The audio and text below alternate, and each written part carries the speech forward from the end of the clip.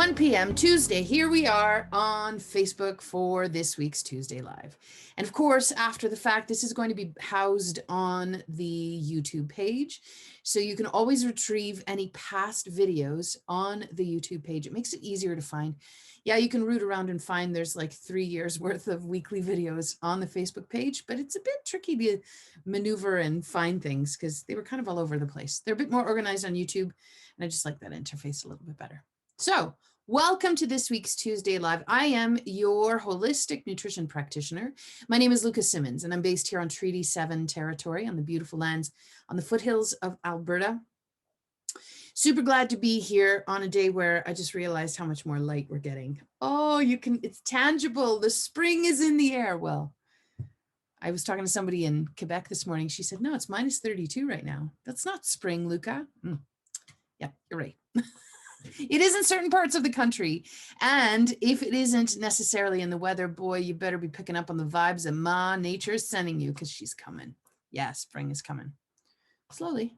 All right, this week and this month long, we are addressing fatigue and energy levels all month long. We're talking about the vitality of energy, what's behind it, what's going on, and how to read the signs your body is trying to send you to let you know something's up. And that's my bag. I'm here to help you decipher those signals, those things, those red flags, those love notes that your body's sending to let you know something is up and what nutrition can do to help support you. I don't think nutrition does all of it, let me be clear, but I think nutrition can be one of those really handy tools to help support your body create that sense of safety so that you can build a solid foundation to address whatever's coming your way. Be it fatigue and energy like we're covering this month, or thyroid as we covered last month, or January. What did we talk about in January? I can't even remember. Doesn't matter. It's kind of all the same thing. Are you human? Do you like to take care of your bodacious bod? Then we're going to cover that today. If you have any questions as we go through, jot them down in the comments below, and I will answer at the end of the video or down the line if you're posting this on a recorded or replay. So fatigue and low energy, what is behind it? Well, there's two different kinds. First of all, let's be very clear. This is not medical advice. We're not diagnosing. We're not making any promises. If you are struggling with consistently low energy, you need to go get that checked out. Okay, once you check that out, yeah, nutrition can be a really good asset and a really lovely ally to help calm things down in the body. But start thinking, okay, energy, fatigue, what does that look like for you? Is it like mental fatigue, like a brain foggy kind of piece? Is that the type of fatigue you're talking about? Or are you talking more physical fatigue where it's like, oh, like working out is really hard. Moving and grooving is really hard. Getting the things that I need to have done over the course of the day is hard. Is it a combination of those two? Mental fatigue or physical fatigue? So I'm going to guess it's probably a combination of both.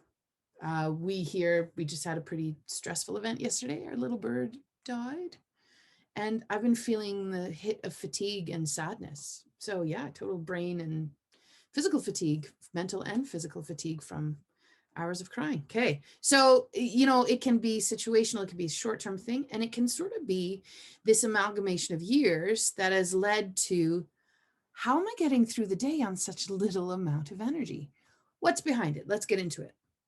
I want to highlight 3 possibilities, and I want to say there's way more than 3 possibilities. There's 82 quadrillion different reasons why you may be having low energy. But first things first, is it a blood sugar imbalance? Could it be? How would you know it's a blood sugar imbalance? Well, energy and especially mental fatigue can certainly be really impacted by a blood sugar that is super imbalanced over the course of the day. And what that looks like. You, my dear, are on a roller coaster all day long with a blood sugar super low, super high, super low, super high. Every time you're high or your roller coaster is at the top of the roller coaster, you are in the mindset of like, I can do all of the things and I'm going to put my 17 tabs open and I'm going to do this and I'm going to, it's going to be great. And I can do all of the things and I am Superwoman or Superman, if you happen to have that gender. It's cool. Gender schmender also. So yeah, blood sugar imbalance is like a roller coaster. Yeah. When you're at the bottom of the roller coaster, oh my God, how am I going to keep my eyes open for that meeting? Where are my toothpicks?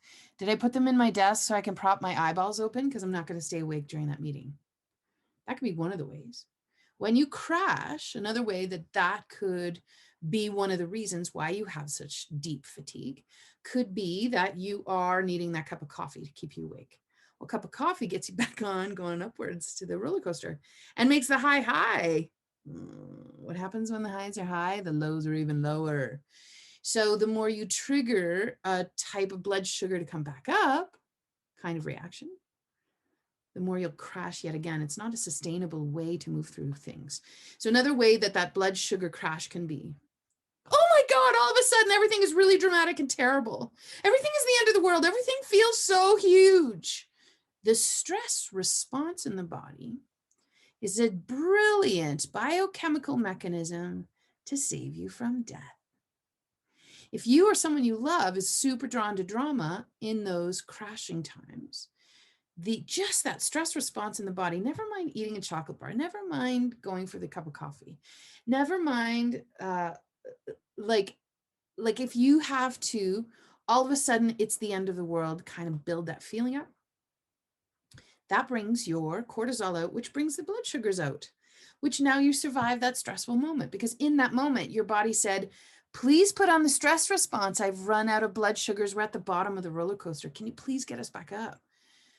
Triggering the stress response in the body does just that, gets you back up. Ooh. Good work averting disaster. Ow. But do you know that the more you trip that response, the more your roller coaster goes up and up and up and up and up and up, like you can't even see it's out of the frame, and then even lower. And then you are literally doing this all day long. When that blood sugar is waxing and waning, going up the roller coaster and down the roller coaster, you start to feel a really deep impact on hormonal function, brain and mental fatigue, and brain fog. That is at the root for sure for a massive part of what that mental fatigue can look like. So how are your blood sugars getting regulated? They have a really big impact on mood. When they're out of balance, they can super get you on a roller coaster. And thank God they do, because that's a survival mechanism. But you don't want to trip that response too often. Number one, it feels like poo. Like, I don't super love that reaction. And just that reaction itself, and even just talking about it, actually turned it on for me. So now I'm like, ugh, I don't like this. This doesn't feel good, right? So listen to how your body's talking. Does it feel like this could be you? I wonder if your mental fatigue is quite possibly behind part, or what's behind it is that blood sugar imbalance piece. So part of what happens is the more you get on that roller coaster, the more your body is scouring and finding carbohydrates and freeing it up into the bloodstream and releasing insulin at the same time, because insulin is the hormone that goes, oh, look, sugar, I tuck you under my shoulder and I go knock, knock, knock on the cell wall door, open up, here's the blood sugar. And it goes, yay, you can use the blood sugar. That is the source of fuel for the cells to function and to make energy and the metabolic processes in the body.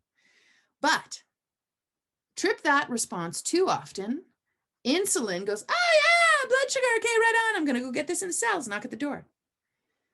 But if you are a parent where you've had children knocking on the door, mom, mom, mom, mom, mom, mom, mom, you eventually don't hear them. You block that bleep out. It's the same thing with your cells. If insulin knocks all day long, eventually the cells go, I can't hear you. I can't hear you. No, no, no, no. I can't hear you. And now you've got insulin and sugar coursing around in your blood veins. And now the sugar cannot get into the cell. That is a different type of problem that we'll talk as our third piece. I'm already like 10 minutes in. So insulin hearing the knock at the door is part of this problem because of that blood sugar imbalance. And that could be one of the reasons behind some of your fatigue. Now, that's blood sugar imbalance. Hormonal imbalances can be another reason why you have such fatigue. And this is a really important one. Hormonal imbalances can be at the root of this, because in that, like, the more you're tripping a stress response in the body, whether it's external stress because we're living through a pandemic, whether it's internal stress because you have digestive issues, you have an autoimmune condition, chronic health condition, you can't balance blood sugars well, you can't balance hormones, like it kind of adds up eventually. And that's that internal burden of stress. Or maybe you have emotional stress because you are caring for elderly parents who are in long-term care homes and it's super stressful. Or you are caring for a small child who has 18 doctor's appointments this week because you can't figure out what's going on. Or you have 42 projects due at work on Friday and you've had to downsize because the income for the company is even less. And now I don't know how you're supposed to do the job of 42 people. Oh, how's that feeling? Yeah. All of these stressors are adding to your body's burden of stress, I call it. So that trips the stress response in the body. Whether it's external stress, internal stress from things biochemically in the body, or the emotional stress of being a human in 2021. All of those trip that stress response. In that stress response, your body will prioritize what it needs to get through a stressful event. So it makes cortisol. In that stress response, in order to make cortisol, your stress response actually shuts down your thyroid, so you can prioritize making cortisol and you can slow down metabolism. You need to slow down metabolism because 8 to 10 generations ago, part of the stress response was because there was no food around. So if you slow down metabolism, so now you could run on less calories and you could survive better. You'd have a better survival strategy. What a brilliant strategy. Except here we are in 2021. We don't have a lack of calories. We actually have a super abundance and a super ease in getting those calories to our table and to our bellies. So in that stress response, whether it's external, internal, or emotional, or a combination thereof, compounding them all, you are now tripping the stress response. Every time you do that, you utilize cortisol, which steals from other hormones, and you shut down thyroid more and more as that stress response gets tripped. When hormones are out of balance, you have a really hard time with doing the metabolic thing in your body. If you understand that the production of energy is a metabolic process, in that stress response, shutting down metabolism means slowing down the energy production. That's one of the impacts. So, is possibly your fatigue on a physical level, could it also be due to a hormonal imbalance because of that stress response? So we got blood sugars to keep in mind. We got now hormonal imbalances, but I'm going to introduce a third type of fatigue. And I really, truly wonder if this is actually not what's at the root of things for you. Cellular fatigue. But Luca, stop it with the big talk, the big words. No one wants to know that. Yeah, you want to know this. Here's why. Your cells, right? Every single cell of your body, well, not every single cell, red blood cells don't have them. The majority of your cells have mitochondria.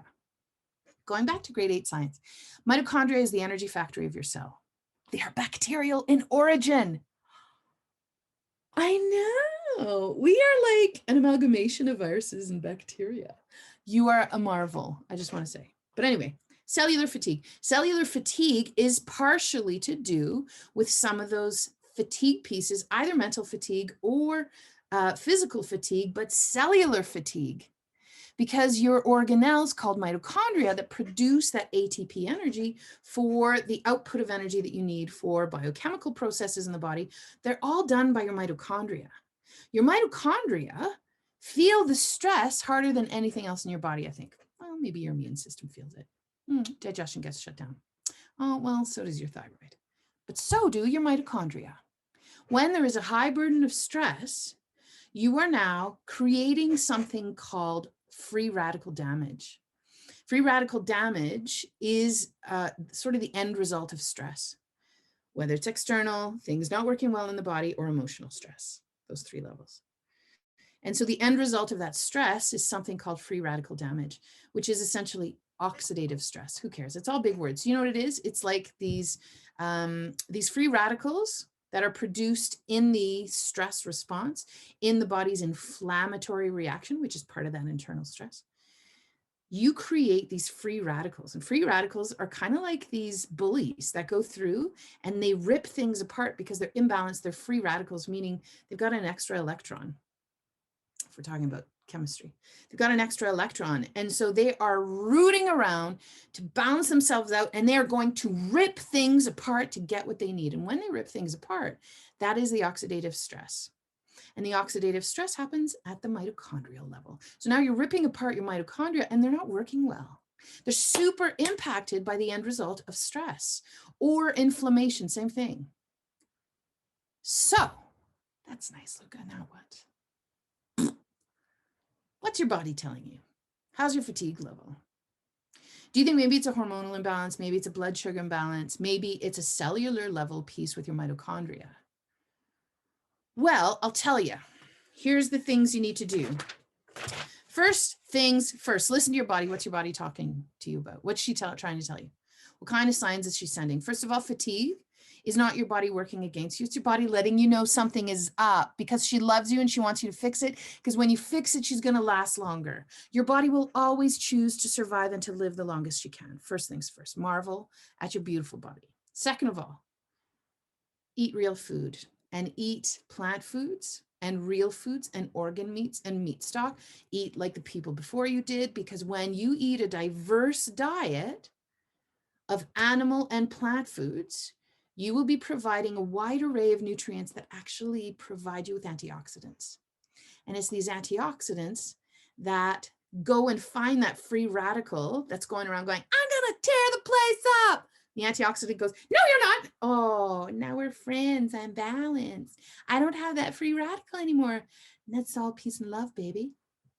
Yeah, that's totally what's going on at the cellular level. Never a dull moment here. So eating a wide variety of real food, plant-based foods, and animal foods will provide you with those really important antioxidants. And here's a little bonus tip.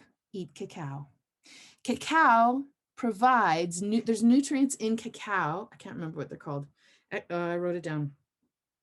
Epicatechin. Epicatechin, I think is what it is the nutrient that actually enhances or prods your mitochondria to replicate and make more mitochondria.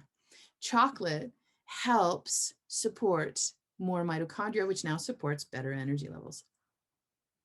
Yeah, that's a life hack from me to you. Eat your chocolate. The other bonus, if you're eating cacao products, cacao has a bunch of really good stuff in it to help balance blood sugars and help balance hormones, really rich in magnesium, especially cacao butter. And if you have histamine issues, cacao butter is your guy. Low histamine. Everything else is higher histamine. Sorry. But bring in cacao butter to your life. I don't think you can go wrong. So that is the 3 pieces I have to share with you today here on this Tuesday. We're going to be back next Tuesday at 1 p.m. Please share this video with anybody you know who's struggling with fatigue or energy levels. What you put on your fork every day has a potential of supporting your body to do well, because that's what your body wants. That's what she's asking for. So I encourage you to listen. What's she trying to tell you? And if you need some help deciphering whatever she's trying to tell you, let's figure it out together, because you don't have to do that yourself. That is too stressful. And now we're adding more stress. So holler my way. I'll answer questions. Let's set it up. Send me a private message. In the meantime, may you have a delicious week with lots of chocolate in the very near future. We'll talk next week. Salut. À bientôt.